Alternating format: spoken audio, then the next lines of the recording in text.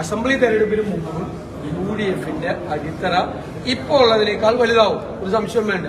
അത് അതാത് സമയത്ത് ഉണ്ടാകുന്ന മാറ്റങ്ങൾ ഈ വരുന്ന ദിവസങ്ങളിൽ നിങ്ങളെ അറിയിക്കാം. നിങ്ങളുടെ ആ വിപുലീകരണത്തിൽ കേരള കോൺഗ്രസ് അതൊന്നും ആ വിഷയമൊന്നും അത് ആ ഡീറ്റെയിൽസിലേക്ക് ഒന്നും പറയാൻ ഞങ്ങൾ പറഞ്ഞിട്ടില്ലല്ലോ. പിന്നെ ആ ചോദ്യത്തിനൊരു പ്രസക്തിയില്ല, ആ ചോദ്യത്തിനൊരു പ്രസക്തിയില്ല. ഒരു സമയത്ത് നമ്മളത് പറഞ്ഞിട്ടില്ല. ഇനി കേരള കോൺഗ്രസ് മാണി വന്നാലും സ്വീകരിക്കില്ല നിങ്ങൾ അതൊന്നും ഞാൻ പറഞ്ഞിട്ടില്ല. അതിലൊന്നും ആ ചോദ്യത്തിനൊന്നും ഒരു പ്രസക്തിയില്ല. ആ ചോദ്യമൊക്കെ വളരെ ക്ലിയർ ആണ്. ഞങ്ങൾ പറയാത്ത കാര്യങ്ങൾ പറയണ്ട. ഞങ്ങൾ ആരും പറയാത്ത, ഞങ്ങൾ ഒരു പാർട്ടിയെ കുറിച്ചും പറഞ്ഞിട്ടില്ല, ഒരു പാർട്ടിയെ കുറിച്ചും ഞങ്ങൾ പറഞ്ഞിട്ടില്ല, ഒരു രാഷ്ട്രീയ പാർട്ടികളെ കുറിച്ച് പറയില്ല. വരുമ്പോ അറിയിക്കാം. ഈ പ്രയാർ കോർപ്പറേഷന്റെ ബോർഡിനെ കുറിച്ചിലാക്കുന്നതാണ് 2012 പോകുന്ന ദിവസം ഉത്തരവ്. അപ്പോൾ തന്ത്രി ഇപ്പൊ ഇത് അതൊന്നും അല്ലല്ലോ ഇപ്പൊ അന്വേഷിച്ചുകൊണ്ടിരിക്കുന്നത്. ശബരിമലയിലെ സ്വർണം കവർന്ന കേക്ക് അല്ലല്ല, അതൊന്നും അല്ലല്ലോ ഇപ്പൊ അന്വേഷിച്ചുകൊണ്ടിരിക്കുന്നത്. സ്വർണം കൊള്ളയല്ലേ, ശബരിമലയിൽ നടന്ന സ്വർണ്ണ കൊള്ളയെ കുറിച്ചാണ് ഇപ്പൊ അന്വേഷിച്ചുകൊണ്ടിരിക്കുന്നത് ആണല്ലോ. ആ അന്വേഷണത്തിന്റെ ശ്രദ്ധ മാറ്റാൻ വേണ്ടിയിട്ട് വേറെ പലതും പറയുകയാണ്. ഞങ്ങൾക്ക് ഏത് കാലത്ത് എപ്പോ നടന്നതിനെ കുറിച്ച് അന്വേഷിച്ചാൽ ഞങ്ങൾക്കൊരു കുഴപ്പമില്ല. പക്ഷെ ഇപ്പൊ നടന്നത് 2019 മുതൽ നടന്ന സ്വർണ്ണക്കൊള്ളയും 2024 വീണ്ടും കൊള്ള നടത്തിയ ശ്രമത്തെക്കുറിച്ചാണ് അന്വേഷണം നടക്കുന്നത്. അതിൽ പ്രധാനപ്പെട്ട CPM നേതാക്കന്മാർ ജയിലിലാണ്. അവർക്കെതിരായിട്ട് ഒരു നടപടി പോലും CPM സ്വീകരിക്കുന്നില്ല.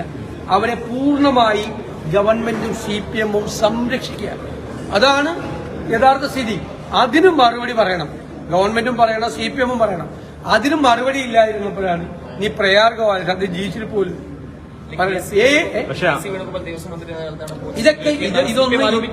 ഇതൊന്നും ആര് വന്നു എന്തെന്നല്ല. ആ കാലത്തൊന്നും ഒരു വൃത്തിയോട് നടന്നിട്ടില്ലല്ലോ.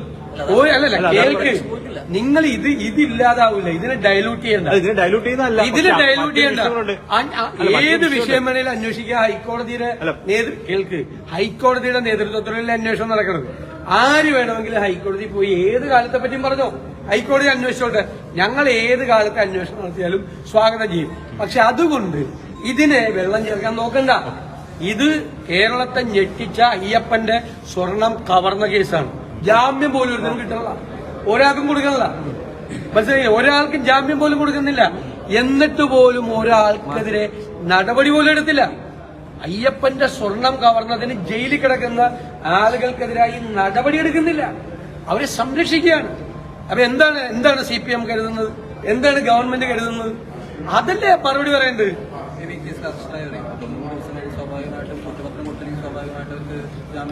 അത് കൊടുത്തില്ലല്ലോ, എന്നിട്ടും കൊടുത്തില്ലല്ലോ. അല്ലല്ല, അതൊക്കെ നിയമപരമായ കാര്യങ്ങളാണ്. ഹൈക്കോടതിയുടെ സൂപ്പർവിഷനിൽ അന്വേഷണം നടക്കുന്ന, ഇതെല്ലാം അറിയാവുന്നവരല്ലേ ഹൈക്കോടതി ജഡ്ജിമാരായിരിക്കുന്ന ആളുകൾ. അവര് നോക്കട്ടെ. എന്തായാലും അതിനൊരു മന്ദഗതി പാടില്ല. അത് പോകണം. ഞങ്ങൾ ഒരിക്കലും SITയുടെ കാര്യത്തിൽ അവിശ്വാസമൊന്നും പറഞ്ഞിട്ടില്ല. SITയെ മീതെ സമ്മർദ്ദം ചെലുത്താൻ മുഖ്യമന്ത്രിയുടെ ഓഫീസിൽ ശ്രമിക്കുന്നു എന്ന് പറഞ്ഞിട്ടുള്ളൂ അല്ലേ? അതേ പറയാം. അത് കോടതി ശരിവെച്ചല്ലോ.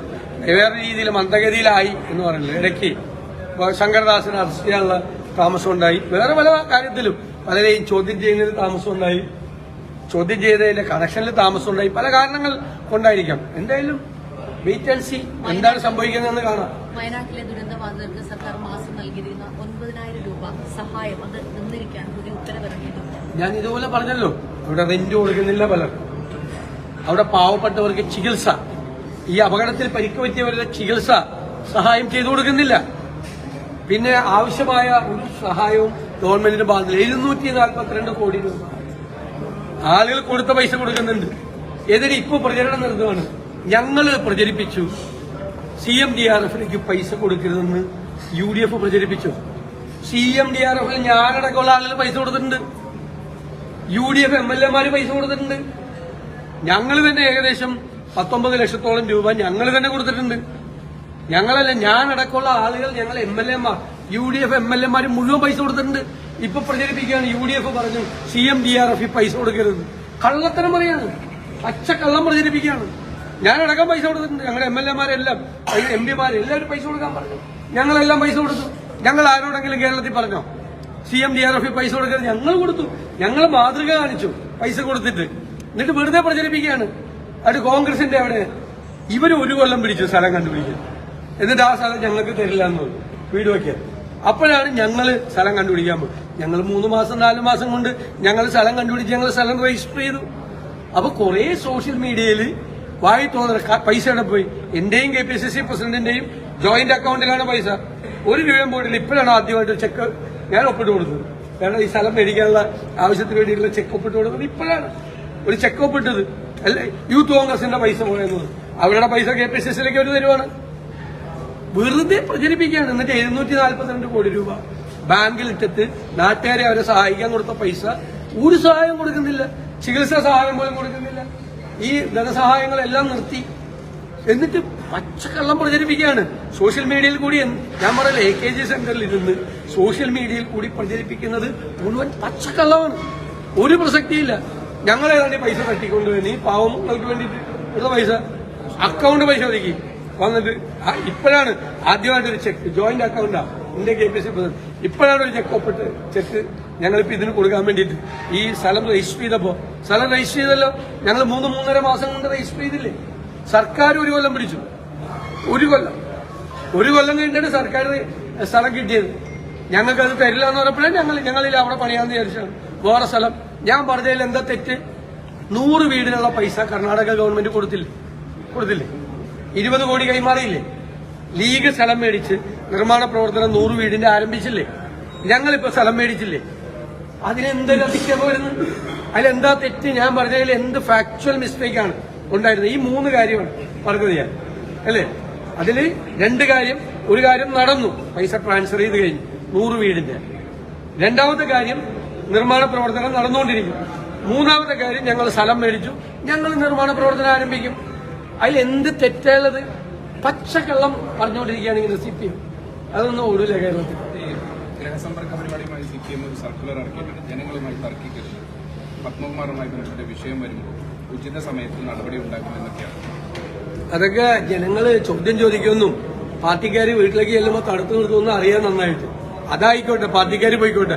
വേറൊരു പണിയായിട്ട് ഇറങ്ങിയിട്ടുണ്ട്. കോടിക്കണക്കിന് രൂപ മുടക്കി കേരളം മുഴുവൻ ഹോർഡിങ്സ് വെച്ചിരിക്കുക. എന്നിട്ട് വോളണ്ടിയർമാര് ഈ എന്താണ് ചെല്ലുവാണ്, വീടുകളിലേക്ക് ചെല്ലുകയാണ്. അതിൽ CPMന്റെ ഒരു സർക്കുലർ ഉണ്ട്. സർക്കാർ നടത്തുന്ന ആ പരിപാടിയിൽ പാർട്ടിക്കാർ തന്നെ പോകണമെന്ന്, സർക്കാരാണ് പൈസ കൊടുക്കണമെന്ന്. എന്നിട്ട് ഇതുവരെയുള്ള ഗവൺമെന്റിന്റെ നേട്ടം വീടുകളിൽ എത്തിക്കാം. മനസ്സിലായി? സർക്കാർ ചെലവിൽ ഞാനും നിങ്ങളും കൊടുക്കുന്ന നികുതി പണം ഉപയോഗിച്ചുകൊണ്ട് തെരഞ്ഞെടുപ്പ് പ്രവർത്തനം നടത്തുക. അതിൽ നിന്ന് സർക്കാർ പിന്മാറണം. ഇല്ലെങ്കിൽ ഞങ്ങൾ നിയമപരമായി തന്നെ നേരിടും. ഞങ്ങൾ കോടതിയിൽ കേസൊക്കെ കൊടുത്ത സർവേ ഇപ്പൊ എന്താ സർവേ? ഇപ്പൊ എന്താണ് കേരളം നന്നാക്കുന്നതിനെ പറ്റി സർവേ? ഇപ്പൊ ഇലക്ഷൻ വർക്കാണ് നടത്തുന്നത്.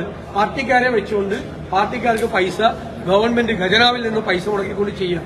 അതിൽ നിന്ന് പിന്മാറണം. പാർട്ടിക്കാർ വീട് കയറായിരിക്കണം അവരിഷ്ടം. അവര് കയറിക്കോട്ടെ. അത് നാട്ടുകാർ ചോദിച്ചോളും. ചെല്ലുമ്പോ ചോദിച്ചോളും. അത് ചോദിക്കാൻ അറിയാവുന്നതുകൊണ്ടാണ് ഈ പത്മകുമാറിന്റെ കാര്യം പറയുന്നത്. അല്ല, മുഖ്യമന്ത്രി പറഞ്ഞത് എന്താ? മുഖ്യമന്ത്രി ഒരു തരത്തിൽ വർഗീയതയാണ് പറഞ്ഞത്. വർഗീയതയാണ് പറഞ്ഞുകൊണ്ടിരിക്കുന്നത്. അദ്ദേഹം യാതൊരു പരസ്പര ബന്ധമില്ലാതെ കേരളത്തിൽ നടന്ന വർഗീയ കലാപങ്ങൾ മുഴുവൻ പറയുകയാണ്. എന്റെ ഇടതുപക്ഷത്തിന്റെ സമയത്ത് ഒരു കുഴപ്പമില്ലെന്ന് പറയാ.